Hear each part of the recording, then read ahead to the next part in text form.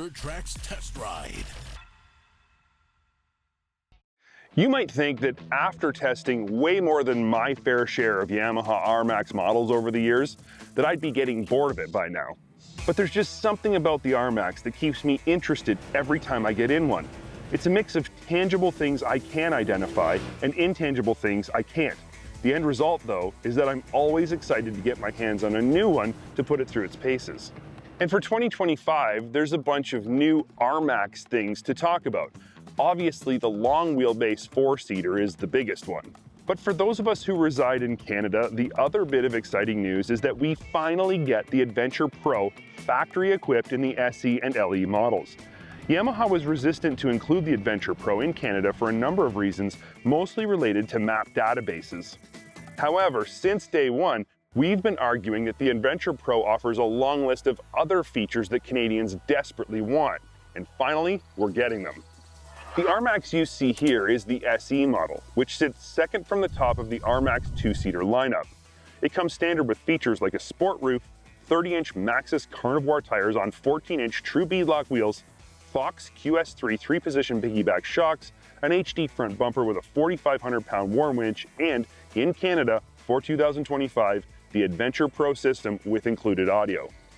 The SE model also gets Yamaha's excellent D-mode selector dial that offers 3 different throttle profiles and 3-mode power steering with a dash-mounted selector switch. Now, one of the more impressive aspects of the RMAX is its suspension. I mentioned that it comes with a DirtTrax's favorite Fox QS3 piggyback shocks, which is fantastic. But those shocks are bolted to arched arms front and rear that provide 14.2 inches of travel up front and a staggering 16.9 inches of travel out back, which is best in class and not by a little bit.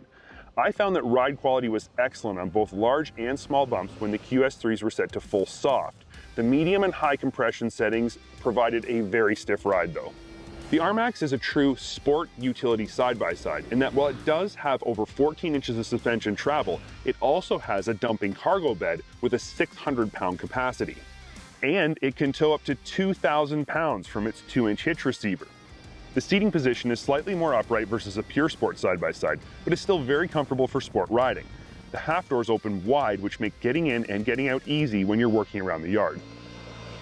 On top of all that, the RMAX also gets a 4-position shiftable 4x4 system that includes 2-wheel drive with an unlocked rear diff, 2-wheel drive with a locked diff, 4x4 with an unlocked front diff, and 4x4 with the front diff locked. Now, I love the ability to fully lock the front diff whenever I want, but having turf mode means that working on sensitive surfaces will never be a problem.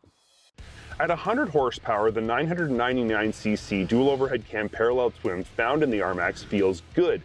Bottom end is strong. The 3D modes are very distinct from each other as well. Crawl is super mellow with a very soft power curve. Trail mode is where you'll likely spend most of your time. It offers good punch down low, but is still smooth enough to be controllable on the trail. Sport mode is a little aggressive for my liking. It's designed to hit hard down low and ramp up the throttle extremely fast. I find it jerky and difficult to use smoothly on the trail. Regardless of the mode you choose, you can take comfort knowing that power is being transferred to the wheels through Yamaha's legendary Ultramatic CVT, which uses a centrifugal wet clutch for engagement so it can keep constant tension on the belt at all times.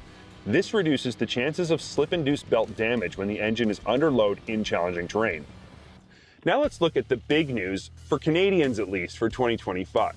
The AdventurePro currently doesn't include map databases of Canadian ATV trails, but you can track your ride on the map. But there's also a whole bunch of other things it does that I think are equally as valuable.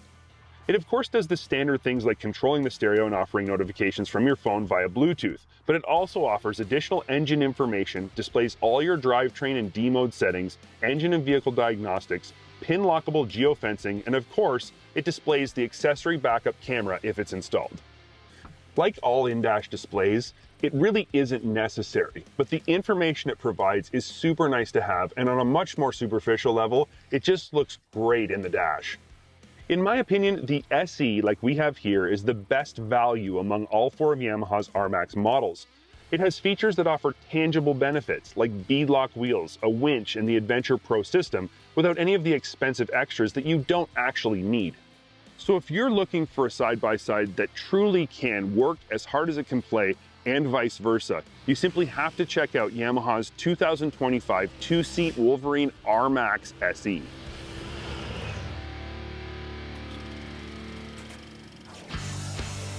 Make sure to subscribe and comment below for real interaction with the Dirt Trax crew.